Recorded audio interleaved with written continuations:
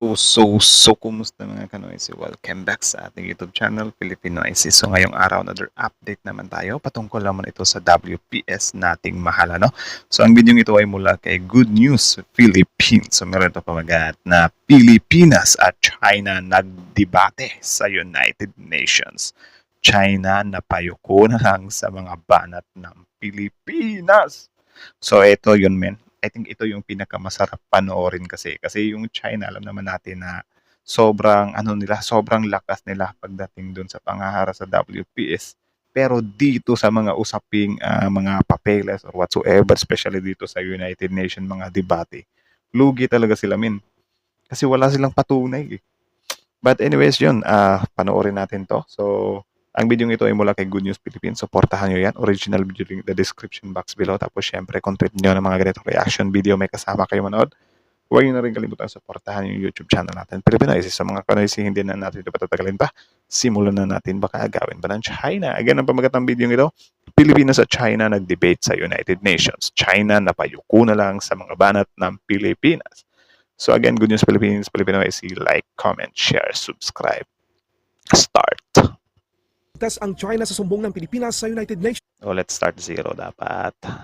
Hindi naman nakaligtas ang China sa sumbong ng Pilipinas sa United Nations. Tila isang Yun. rebatol ang nangyari mga kabayan. Inilabas ng Pilipinas ang baho ng China sa United Nations General Debate. 2 beses nagsalita ang Pilipinas at 2 beses din nagribat ang China. Dito Tapos? isiwalat ng Pilipinas ang pagwasak ng China ng West Philippine Sea sa pamamagitan ng pagtatayo ito ng mga artipisyal na isla na siyang nagdulot ng malaking pinsala sa yamang dagat sa lugar. Dagdag Di ba? Doon pa lang, lugi na din sila doon kasi marami tayong ebidensyang dala eh. Tapos isali pa natin yung mga panghaharas nila, water cannon nila at pamamangga nila. Wala talaga silang chance sa atin pagdating sa mga ganitong usapin, mga debate or sampalan ng ebidensya. Wala, 9-dash line lang naman yung pinanghahawakan nila eh. dito ang pangunguha ng China ng iligal na mga yamang dagat tulad ng mga taklobo na ipinagbabawal ng Pilipinas. Dagdag pa ng Pilipinas, ang 2016 Arbitral Award ay final at hindi kailanman magbabago. Hindi Diba? nagustuhan ng China ang mga pahayag ng Pilipinas sa entablado ng United Nations. Bahala kayo dyan. I now call on the representative of the Philippines. Thank you, Mr. President. I wish to refer to the statement of a delegation referring to the South China Sea arbitration. We recall July 12, 2016 as the day that affirmed the community of nations that the rule of law prevails and that stability, peace, and progress can only be attained when founded on a rules-based legal order on the oceans, as it should be everywhere else. The award of the United Nations Convention on the Law of the Sea, or UNCLOS, are the twin anchors of the Philippines policy and actions on the West Philippine Sea. UNCLOS sets out the legal framework within which all activities in the oceans and seas must be carried out. Di ba? Ito, sampal din to sa mga Pilipino na kumakampi sa China, na kesyo, ganyan, ganito. Ipaubayan na lang daw, hindi na palagan. Anong tawag nyo dito, men? Na ipanalo natin, di ba?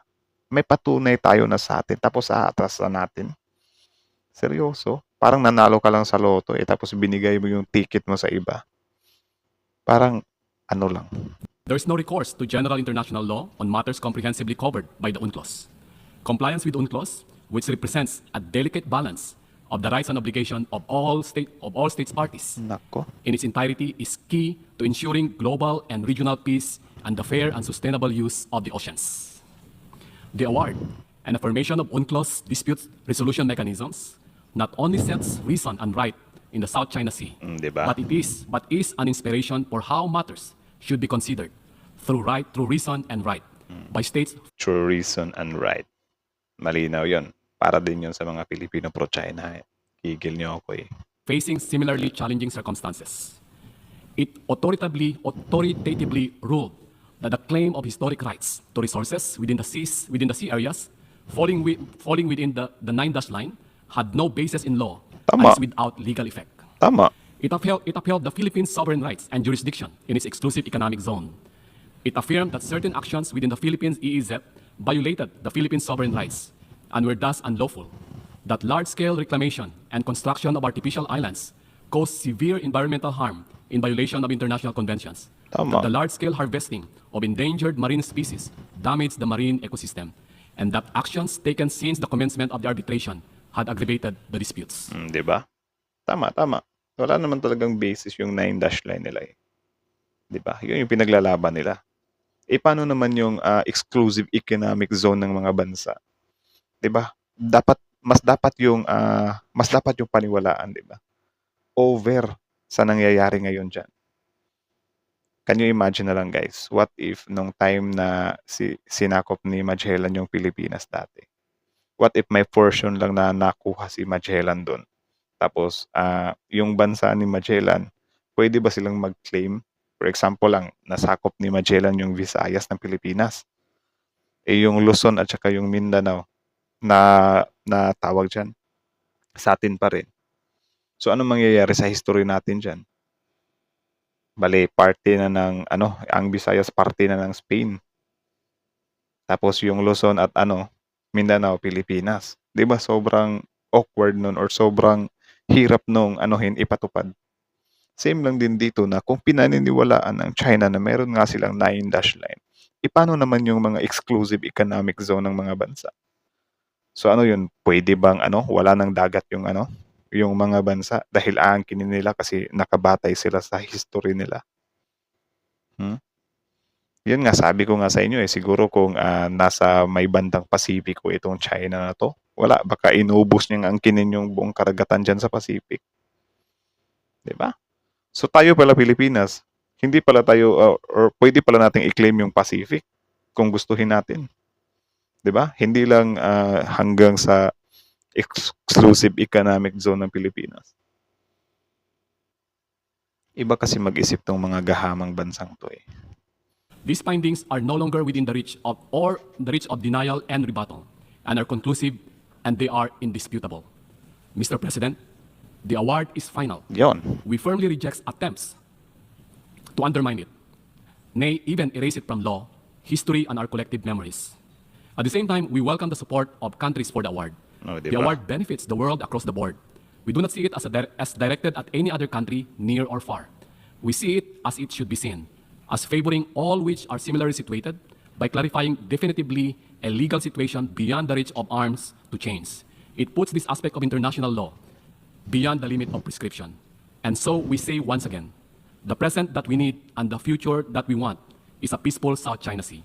The Philippines Diba? is committed to do this for as long as it exists. Yon. Thank you, Mr. President.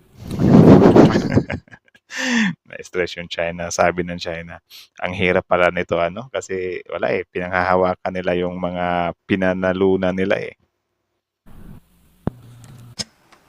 Mr. President, in response to yesterday's statement by Australia and today's statement by the Philippines, China exercises its right of reply. China always believes that the United Nations is not the appropriate place for discussing the South China Sea issue. However, it is necessary for us to make a solemn response. Given that erroneous remarks has been made, the South China Sea arbitration Kapal talaga ng mukha, Hindi daw ang UN yung tamang lugar. 'Di ba? Kaya nga meron tayong samkain ganyan para yung lahat ng bansa pwede na nating idaan sa patas. 'Di ba? Kasi kung hindi irerespeto ng China yung United Nations, wala, astanggad na sila niyan. Astang batas na sila niyan. Unfair naman yun sa ibang bansa. 'Di ba? Dapat irespeto din nila yan para magkaroon tayo ng katiwasayan dito sa tawag dyan, pinag-aawayan nating teritoryo dyan. Tsaka kung ibibigay ng China yung EEZ natin, sobrang laki pa rin naman ng dagat na matitira sa kanila. Pinapaira lang talaga nila yung mga pagkagahaman nila. was unilaterally initiated by the Philippines, which violated the principle of state consent and contravenes international law, including UNCLOS, and the tribunal exceeded its authority and made unjust a ruling, and the award is illegal and invalid. China does not accept or recognize the ruling, nor does it accept any claims or actions based on that. China's territorial sovereignty and maritime rights and interests in the South China Sea are not affected by the ruling under any circumstances. China has indisputable sovereignty over the South China Sea islands and their adjacent waters, and sovereign rights and jurisdiction over the relevant waters. China's regular patrols, law enforcement, and protection activities in waters under its jurisdiction are compliant with international law, including UNCLOS. The recent escalation of the South China Sea issue between China and the Philippines is entirely the responsibility of the Philippines. China will continue to resolve the Diba? Responsibility ba daw natin yun? Kung bakit tayo, tawag dyan, kung bakit natin natatanggap yung mga ganong pangharas. Kung di ba naman sira, di ba? Sarap. in the South China Sea through negotiations and consultations with directly concerned parties, including the Philippines, on the basis of respecting facts and in accordance with international law. China will also continue to work with ASEAN countries to safeguard peace and stability in the South China Sea. Thank you. I now call on the representative of the Philippines for the second intervention. Thank you, Mr. President. With respect to the earlier intervention made, allow me to reaffirm. The 2016 South China Sea arbitration is a testament to the Philippines' unwavering commitment to the rule of law and the peaceful settlement of disputes. Di ba? Peaceful settlements of disputes. Yun naman lang talaga yung yung natitirang paraan para maresolba natin yan. Ikaso lang, itong bansang to, mas pinapairal yung pagkagahama nila. Parang lang yan parang mahirap at mayaman ba? Alam nyo, yung mga mayayaman, kapag kunyari, mayroon silang maling nagawa, tapos dinala sa korte, tapos natalo sila na mahirap, magwawala yun. Hindi nila matanggap Parang sasabihin ng mayaman, loko, ba't natalo ako ng mahirap? Mahirap lang yun ha, mayaman ako. Hindi nila alam na yung law, yung batas, fair dapat yun. 'Di ba? Walang mayaman-mayaman, walang mahirap-mahirap.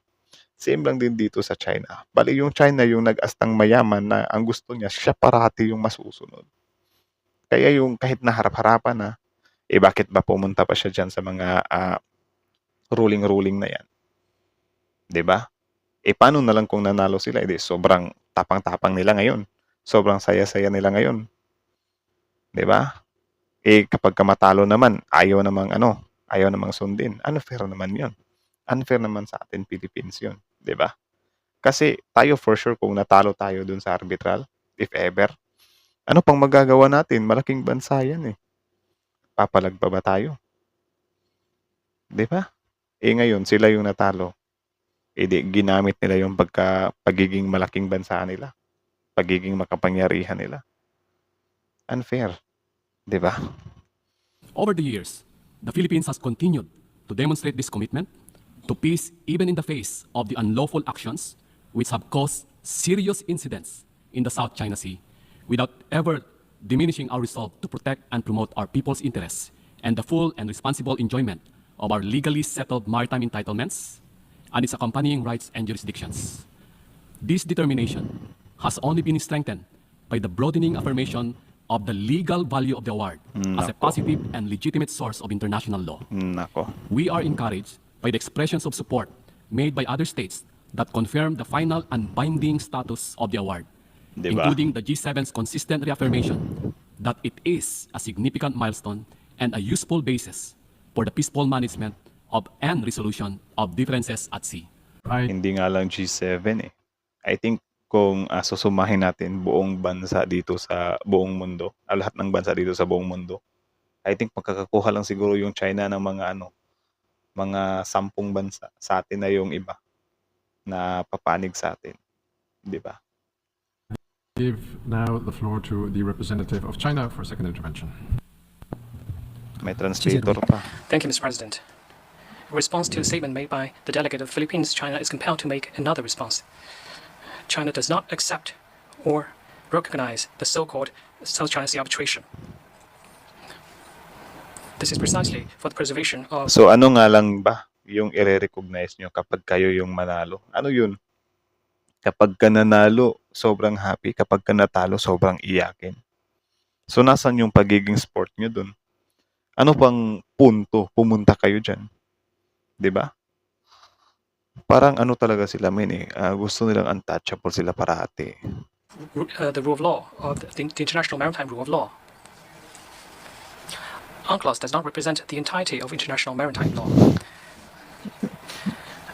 The arbitration initiated by the Philippines boils down to the issue of territorial claims, which are not subject to a regulation by the UNCLOS. The so-called arbitration award contains many grave fallacies with regard to issues such as historical rights, the outlying archipelago of continental states, as well as the regime of islands.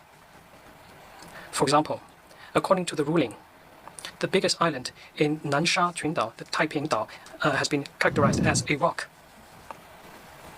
Such a fallacious ruling seriously undermines the credibility of the dispute resolution mechanism under the UNCLOS. If this argument, as contained in the ruling, has been accepted, then many countries' islands will become rocks, and therefore are not entitled to full maritime rights. China's position is based on the maintenance of China's territorial rights and maritime interests and rights. Kung ano-ano na lang talaga yung pinagsasabi. Like, sobrang pilit talaga. Sobrang pinipilit talaga nila kahit for sure alam naman na siguro nila na mali sila or wala silang chance Pinipilit lang talaga nila. It is also driven by the conviction that it is necessary to maintain the integrity and authority of the UNCLOS, prevent the UNCLOS from being abused, and prevent the international law being undermined. Thank you, Mr. President. Ay, sas. Raulo ka. Ay, nako. So, yun lang naman mga kanoisis. So, kayo na masasabi nyo doon? Comment down below. Tapos yun, pag-usapan natin yan sa comment section. So, ang video ito ay mula kay Good News Philippines. Ano? Original video link in the description box below. Panoorin nyo rin, subscribe nyo. At yun, syempre, bago nyo iwan yung channel natin, huwag nyo na rin kalimutang supportahan YouTube channel natin, Filipinoise. Like, comment, share, subscribe. Also, original video link of this video is in the description box below. So, supportahan nyo yan, Good News Philippines. So, yun na. Dinala na sa United Nations pa. Tapos ang ending, wala. Wala pa rin talaga. Hindi pa rin makaisa. Mahihirapang makaisa.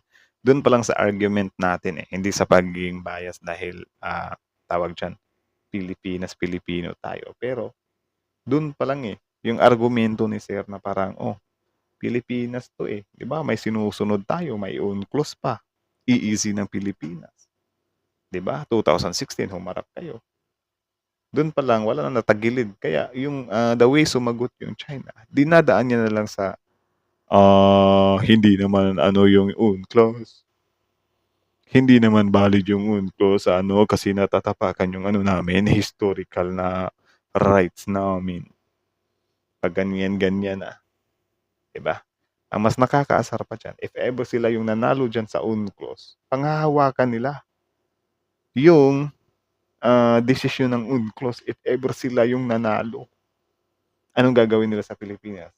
Mas may dahilan sila para iharas tayo.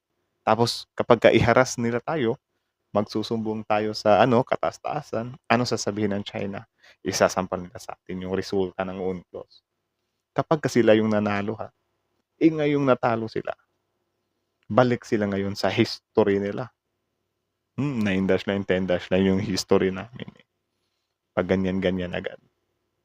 Yun nga, sobrang unfair sa amin, Pilipinas, sa atin mga Pilipino yun. Kaya nga, dapat tayo Pilipinas, panindigan natin kasi alam ng China Kaya nga, up until now, nakikipagtalo sila kasi sobrang nasaktan sila sa desisyon ng UNCLOS Alam naman natin na meron ding parte sa mga puso nila na, siguro sa Pilipinas nga talaga to. Na ipanalo nila Yun nga lang, ayaw nilang mabitaw-bitawan yan kasi sagana Sagana sa langis, sa gas. Ngayon, ayaw nilang bitawan. Nang hihinayang din siguro sila or siguro takot silang mapahiya sa buong mundo, di ba? Kaya ang ginagawa nila, dinadahas nila. Di ba? Ay, nako. Nakakaasar, nakakainis. But anyways, saludo din kay Sir representante ng Pilipinas. Ibang klase din. Sobrang solid ng tawag dyan, mga ibinalandra dyan sa UN. Sobrang astig. Malaking tulong yan. At least naman lang naipakita din natin sa buong mundo kung ano nga ba yung grounds natin dyan or stance natin dyan. So yeah, that's it. So how about you? What can you say about this video? Comment down below. And then yeah, that's it. Thank you so much for watching. Filipinoise is out. Like, comment, share, subscribe. Filipinoise is out.